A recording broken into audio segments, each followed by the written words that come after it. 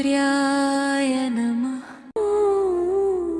సూర్యాయ నమః గ్రహదోషాలను నివారించి మానసిక ప్రశాంతతను కలిగించే సూర్యగ్రహ దివ్య చరిత్ర వినండి, వినిపించండి, వింటూనే ఉండండి. మీ మనసు దోచే మోహనవాణిలో.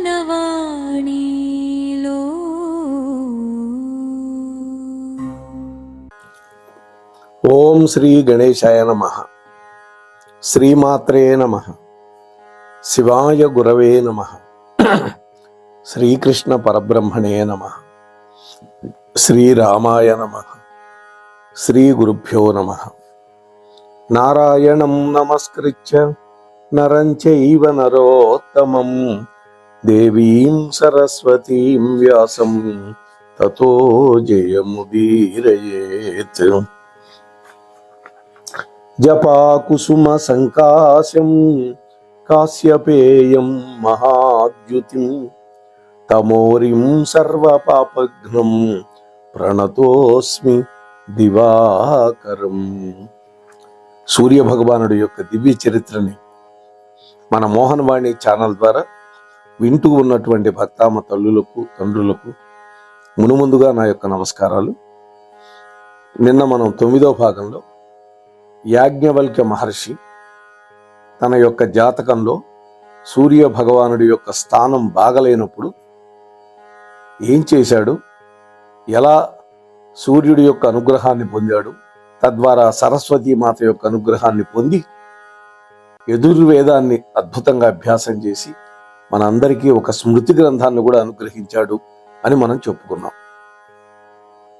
ఈ రోజున సూర్య భగవానుడి యొక్క దివ్య మహిమని మరొక దాన్ని చెప్తూ ఉన్నాడు గురువు గారు.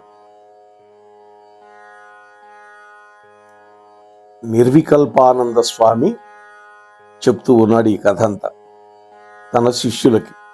ముఖ్యంగా శివానందుడు అనేటువంటి శిష్యుడు కూర్చొని ఉన్నాడు. తక్కిన శిష్యులు కూడా గురువు గారి దగ్గర ఉన్నారు. అప్పుడు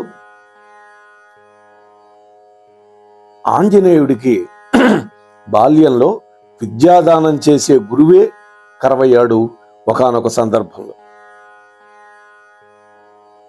సూర్యగ్రహ వీక్షణ చిట్ట చివరికి ఒకరోజు తాను కబళించటానికి ప్రయత్నించి అవమానించినటువంటి ఆ సూర్య భగవానుణ్ణే ఆరాధించి ఆశ్రయించి విద్యను పొందాడయ్యా ఆంజనేయుడు అన్నప్పుడు ఆ కథ చెప్పమని అడిగాడు అన్నమాట.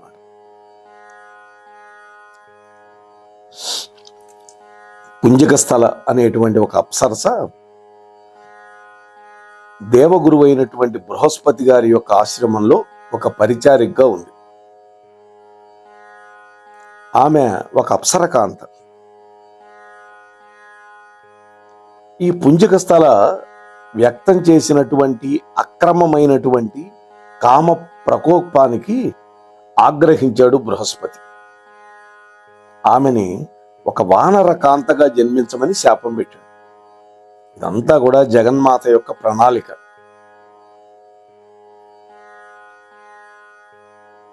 పుంజకస్థల బృహస్పతి యొక్క శాపాన్ని అనుసరించి కుంజరుడు అనేటువంటి వానర వీరుడు కూతురుగా పుట్టింది. ఆ కూతురికి అంజనాదేవి అని పేరు పెట్టాడు కుంజరుడు. అంజనాదేవి తండ్రి గారి యొక్క పెంపకంలో అల్లారు ముద్దుగా పెరిగింది. యుక్త వయస్కురాలైంది. కుంజరుడికి ఒక మేనలుడున్నాడు. అతడి పేరు కేసరి. మహాబలవంతుడు, ధైర్యవంతుడు. అటువంటి ఈ కేసరి మేనమామ కూతురైనటువంటి అంజనాదేవిని చూసి ఇష్టపడ్డాడు. ఆ రోజుల నుంచి ఉన్నది మేనరికం అనేది, ఇప్పుడేదో కొత్తగా వచ్చిందని అనుకో. అప్పుడు తన మేనలుడైనటువంటి కేసరి అభిమతాన్ని గ్రహించి కుంజరుడు అంజనాదేవినిచ్చి పెళ్లి జరిపించాడు. ఆ అంజనా కేసరి దంపతులు తమ దాంపత్య జీవితాన్ని ప్రారంభించారు. కాలం గడిచిపోతోంది. ఈ కేసరి రకరకాల పళ్ళు పుష్పాలు తీసుకొని ఒకనాడు గుహలోకి వచ్చాడు. అంజనాదేవి ప్రతిరోజు ఆయనకు ఎదురొస్తుంది. భర్త చేతులు అవన్నీ తీసుకొని లోపలికి తీసుకువెళ్తుంది. ఆ రోజు ఎదురు రాల. భార్యను పేరు పెట్టి పిలుస్తూ గుహ లోపలికి వెళ్ళాడు కేసరి. గుహ లోపల చీకటిగా ఉన్న చోట కూర్చొని అంజన కనపడింది. దగ్గరగా వెళ్ళి ఆందోళనతో చూశాడు. అంజన, ఏమిటి ఇలా ఉన్నావు? ఆరోగ్యం బాగలేదా అన్నాడు. అప్పుడు అంజనాదేవి బరువుగా వేడిగా నిట్టూర్పులు విడిచి, నా ఆరోగ్యానికే స్వామి, శరీరం బాగానే ఉంది, మనస్సు బాగలేదు అన్న. చూసారా, శరీరము మనస్సు రెండూ బాగుంటేనే మనం సక్రమంగా ప్రవర్తించగలుగుతాం, మన పనులు కూడా సక్రమంగా చేయగలుగుతాం. వెంటనే ఆమెన్నది, నాథ,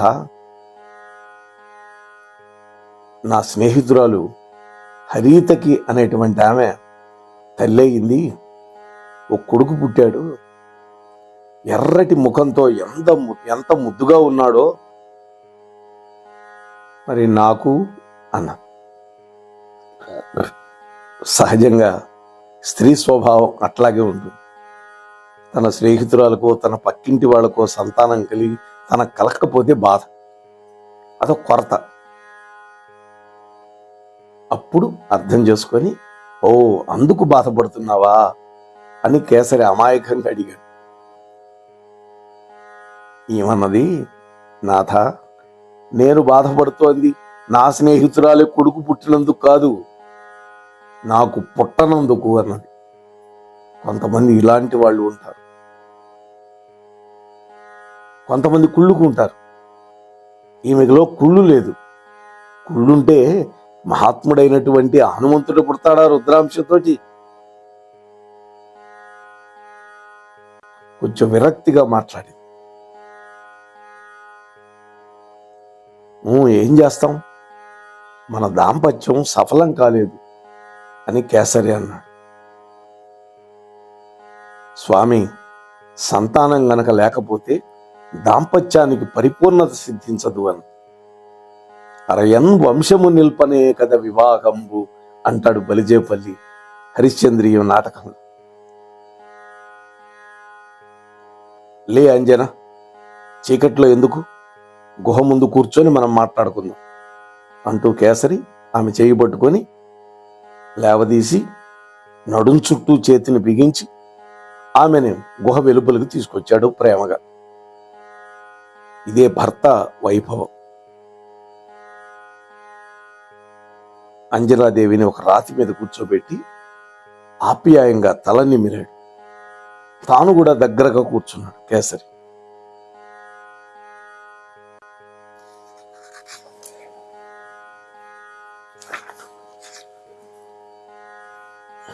రేపే మనం వెళ్ళి మన వానర వైద్యుల్ని కలుసుకుందాం. సంతాన యోగం కలిగించే ఔషధాలుంటే ఇమ్మని అడుగుతాను అని అంజనాదేవిని ఓదార్చే ఉద్దేశంతో అన్నాడు కేసరి. ఆమన్నది, నాథ, మనం కలుసుకోవాల్సింది వైద్యుణ్ణి కాదు అన్నది. చూసారా, మరి ఎవరిని? వైద్యుడి కంటే శక్తి ఉన్న వ్యక్తిని కలుసుకోవాలి మనం. రేపు ఉదయమే మతంగ మహర్షిని దర్శించుకుందాం అన్నది అంజన. మహాత్ముల యొక్క దర్శనం వృధా పోదు. మతంగ మహర్షి మహాత్ముడైన. అంజన కేసరి దంపతులిద్దరూ మరుసటి రోజు మతంగ మహర్షి యొక్క ఆశ్రమ ప్రాంగణంలోకి అడుగుపెట్టారు. ఏదో ఒక అలౌకికమైనటువంటి ప్రశాంతమైనటువంటి వాతావరణం అక్కడ కనిపించింది వాళ్ళకి. అందమైన అనేక రంగుల పుష్పాలు కొత్త కొత్త సువాసనలతోటి కళకళలాడిపోతూ ఉన్నాయి. ఆశ్రమ ప్రాంతం అలా ఉంటుంది ఎప్పుడు కూడా. అల్లంత దూరంలో ఆశ్రమ వాటికలో ఉన్నటువంటి ఒక పెద్ద మర్రి చెట్టు కింద అరుగు మీద కూర్చొని ఉన్నాడు మతంగ మహర్షి. ఆయన చుట్టూ ఏదో ఒక కాంతి వలయం మెరుస్తోంది. ఆరా అంటారు ఇంగ్లీష్లో. అంటే మహాత్ములు చేసిన తపస్సు ఫలితంగా అటువంటి దివ్య శక్తులు వస్తాయి వాళ్ళకి. అక్కడ ఉన్నటువంటి 2 పుష్పాలు కోసుకొని చెరొకటి వెళ్ళి మతంగ మహర్షి యొక్క పాదాల మీద ఉంచాలి అనిపించింది అంజనకి. చూడండి, చెరొక పుష్పం తీసుకెళ్లి మహర్షి యొక్క పాదాల దగ్గర పెట్టాలి అనిపించింది. ఆ ఆలోచన రాగానే అంజనాదేవి ఆ పుష్పాలు బాగా ఉన్నటువంటి చెట్టు దగ్గరికి వెళ్ళింది. వెంటనే మహర్షి యొక్క కంఠస్వరం వినపడింది. అంజనా, ఆ పువ్వు కొయ్యొద్దు అన్న. ఉలిక్కిపడి చేతిని వెనక్కి తీసుకుంది. తల తిప్పింది. మతంగ మహర్షి వైపు చూసింది. ఆయన కళ్ళు మూసుకునే ఉన్నాయి. అది మహర్షుల యొక్క వైభవం. కేసరి, అంజన ఇద్దరు మహర్షి దగ్గరికి వెళ్ళారు.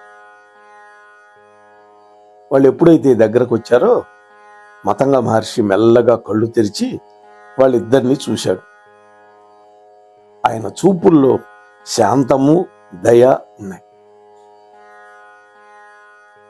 రాక వచ్చారు, రండి అన్నాడు మతంగ మహర్షి చిరునవ్వుతో. వెంటనే కేసరి, అంజనాదేవి ఆయన యొక్క పాదాల మీద పడి నమస్కారం చేశారు. ఆయన సాష్టాంగం చేస్తే ఈమె పంచాంగం చేసింది. ఆడవాళ్ళకి పంచాంగం మాత్రమే, గతంలో చెప్పుకున్నాం మనం దాని గురించి కూడా. వెంటనే మహర్షి సుఖీభవ అని ఆశీర్వదించాడు. అంజనా, పువ్వులు కొయ్యొద్దన్నాను ఎందుకో తెలుసా అన్నాడు మహర్షి. తెలియదు అన్నది.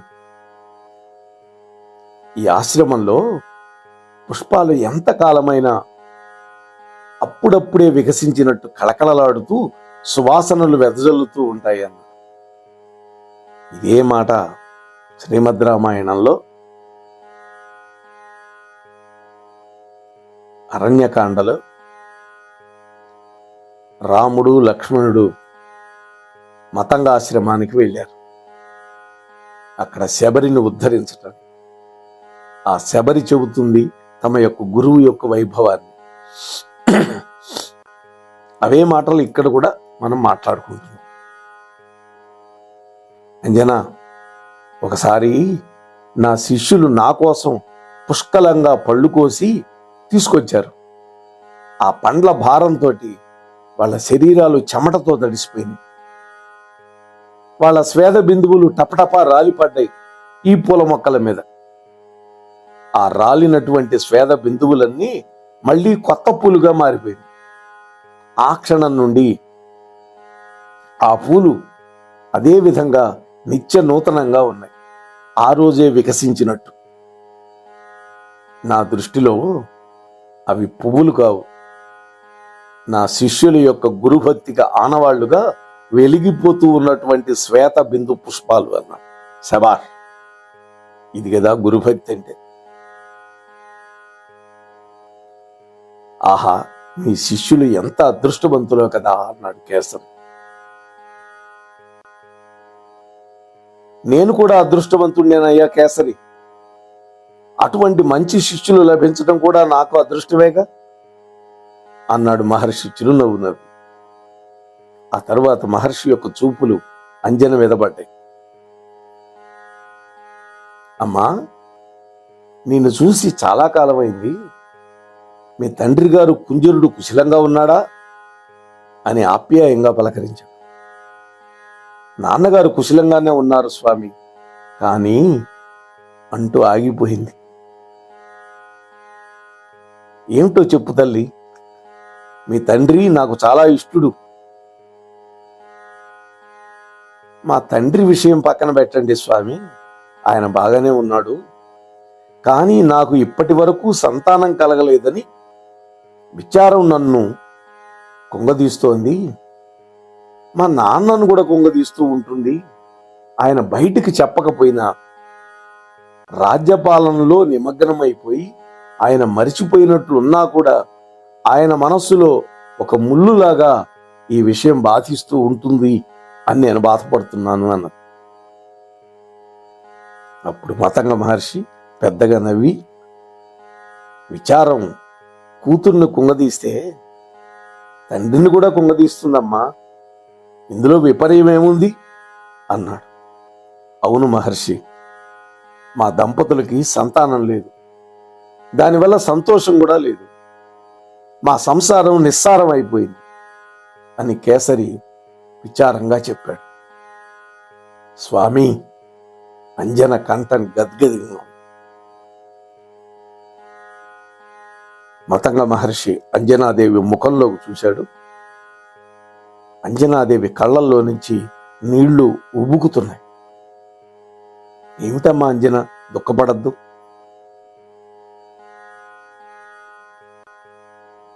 ఎంతో ఆప్యాయతతోటి ఆ మతంగ మహర్షి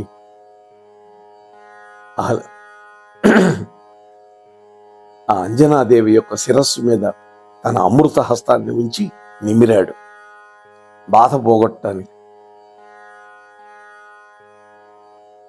స్వామి,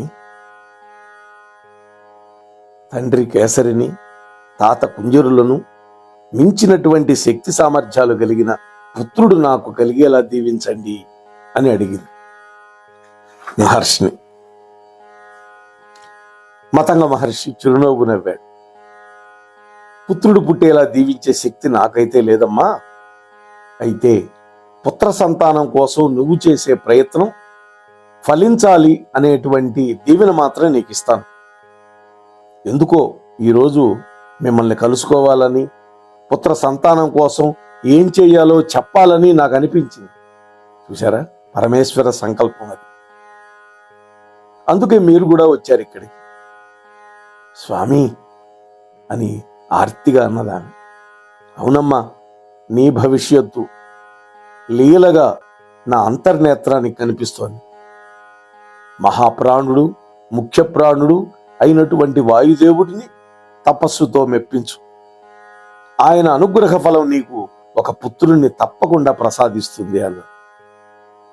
ఆనందంగా ముఖం వికసించింది అంజనాదేవి. అమ్మా, రేపే శుభదినం, పర్వత శిఖరం మీద నీ తపస్సు మొదలుపెట్టు అంటూ మాతంగ మహర్షి కేసరి వైపు చూశాడు. కేసరి, నీ అర్ధాంగ లక్ష్మి యొక్క తపస్సుకు ఏమాత్రం భంగము ఆటంకం కలగకుండా చూసుకోవాల్సిన బాధ్యత నీదే సుమా అన్నాడు. అలాగే అన్నాడు. కంటికి రెప్పలాగా కాపాడుకుంటాను అన్నాడు. అంజన, కేసరి ఇద్దరు మాతంగ మహర్షి యొక్క పాదాలకు మళ్ళీ అభివాదం చేశారు. ఆయన అభీష్ట సిద్ధిరస్తు అని దీవించాడు. చూసారా, మనం కూడా మనకెవరైనా నమస్కరిస్తే పెద్దవాళ్ళం అనేటువంటి ఉద్దేశంతో మనోభీష్టా సిద్ధిరస్తు అని కూడా, మీ మనస్సులో ఏ కోరిక ఉందో అది తీరుగాక అనాలి. వాళ్ళ మనసులో ఏ కోరిక ఉందో మనకు తెలియదు కదా. అందుకని పర్వత శిఖరం మీద ప్రశాంతంగా ఉన్న ప్రదేశంలో ఒక చెట్టు కింద శుభ్రచేశాడు కేసరి, భార్య తపస్సు చేసుకుంటాను. దగ్గరలో ఉన్నటువంటి ఒక చిన్న కొలంలో సచేల స్నానం చేసి వచ్చింది అంజన. నదులలో గాని పవిత్ర తీర్థాలలో గాని దిశుమలతో స్నానం మంచిది కాదు, సచేల స్నానం చేయాలి. అలా చేసి వచ్చింది అంజనాది. భర్త కేసరి పాదాలకు నమస్కారం చేసింది. అంటే భర్త యొక్క అనుమతితోటే ఏ పూజ అయినా, ఏ వ్రతమైనా, ఏ తపస్సు అయినా స్త్రీ చేయాలి. అది సంప్రదాయం. వాయుదేవుణ్ణి మనసులో స్మరించుకోండి. బలవంతుడు, బుద్ధిమంతుడు, కుశాగ్ర బుద్ధి, శ్రేష్ఠుడైనటువంటి కొడుకు పుట్టాలి అని సంకల్పం చేసుకుంది మనస్సులో. ప్రశాంతమైన వాతావరణంలో పులకించిపోతున్నటువంటి ఆసుముహూర్తంలో వాయుదేవుణ్ణి గురించి తపస్సు చేయటం మొదలుపెట్టి అంజనాదేవి. కేసరి అడవుల్లో తిరుగుతూ అంజనాదేవి కోసం రకరకాల పళ్ళు కోసి తెచ్చేవాడు. ఆమె పూజ కోసం పూలు తెచ్చిచ్చేవాడు. వాటిని శుభ్రంగా కడిగి ఆ మధురమైన ఫలాలని అంజనాదేవికి అందుబాటులో ఉంచేవాడు. ఆమె ఎప్పుడు తపస్సు ఆపి ఆహారం కోసం చూస్తుందో అప్పుడు సిద్ధంగా ఉండేవన్నమాట. కానీ కేసరి తెచ్చే పళ్ళన్నీ అలాగే ఉండిపోతుంది. అంజనాదేవి తపస్సు నిరంతరాయంగా నిర్విరామంగా కొనసాగుతూ ఉన్నది. ఆమె ఆకలి దప్పికలను పూర్తిగా మర్చిపోయినట్లుగా ఉంది. అన్నాన్ని గనక మర్చిపోయినామా అన్నీ మర్చిపోయినట్లే. శరీరాన్ని మర్చిపోతే తనను తాను మరిచిపోయినట్లే.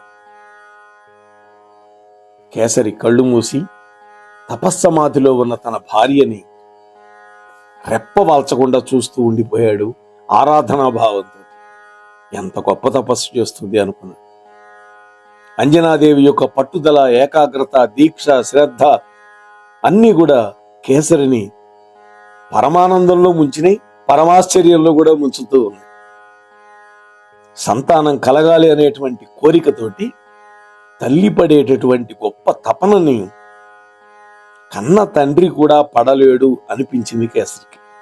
చూసారా? అంజనాదేవి తపస్సు సాగుతూ ఉంది. వాతావరణంలో మార్పు వచ్చింది. అప్పటిదాకా ప్రశాంతంగా మెల్లగా వీచినటువంటి గాలి వేగం పెరిగింది. కాసేపట్లోనే ఈదురుగాలిగా మారింది. మరి కాసేపట్లో సుడిగాలైంది. ఆ ప్రచండ మారుత ప్రతాపానికి చెట్లన్నీ వంగిపోతున్నాయి, ఊగిపోతున్నాయి. అంజనాదేవి మీద గొడుగులాగా ఉన్న చెట్టు ఒక్క క్షణంలో విరిగిపడే చెట్టులాగా కదిలిపోతుంది. అయితే ఆ పెనుగాలి ప్రభావం మాత్రం అంజనాదేవి మీద పనిచేయల.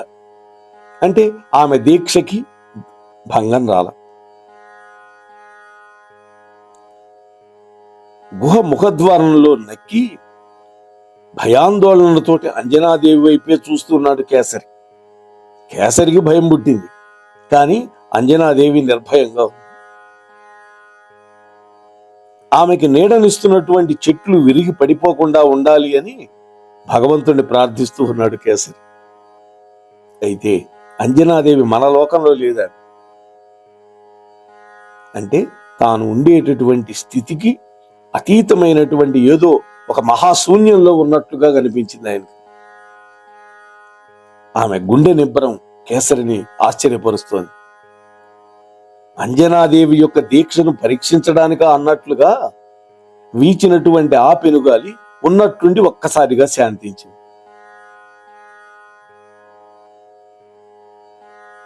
అప్పుడు బయటకొచ్చి చూశాడు కేసరి. అంజనాదేవి తపస్సు నిర్మలంగా ప్రశాంతంగా సాగిపోతూ ఉన్నది. మరి ఆ తర్వాత ఏమైంది అనే విషయం తెలియాలి అంటే మనమంతా 22.5 గంటలు 23.5 గంటలు వేచి ఉండక తప్పదు. అప్పటి వరకు వినిపిస్తూ ఉండండి, వింటూ ఉండండి. మీరు కూడా ఈ ఛానల్లో వచ్చేవన్నీ నచ్చితే ఒక లైక్ ఇచ్చి కామెంట్ కూడా పెట్టండి దయచేసి. కనీసం 10 మంది మీ బంధుమిత్రులకి షేర్ చేయండి. హైప్ అనే బటన్ ఉంటుంది, అది నొక్కితే మరింత మందికి ఈ వీడియో వైరల్ అవుతుంది అని మీతో సవినయంగా మనవి చేస్తూ ముగిస్తూ ఉన్నాను.